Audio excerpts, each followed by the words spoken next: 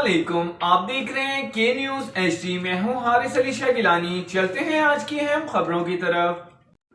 رخ کریں گے ساہیوال کا، جہاں سے رپورٹ کر رہے ہیں ہمارے نمائندے Mehboob Chaudhry. Additional director livestock doctor Lubna Jabbar کا مویشی منڈی اور مختلف سیل پوائنٹس کا دورہ۔ منڈیوں میں تعینات عملہ 3 شفٹوں میں ڈیوٹیاں سر انجام دے رہا ہے۔ تعینات عملہ جاں فشانی سے ڈیوٹی سر انجام دے۔ ڈاکٹر لبنہ جبار نے کہا مویشی منڈی میں موبائل وین ٹریڈ ڈسپنسری تمام سہولیات کے ساتھ موجود ہے۔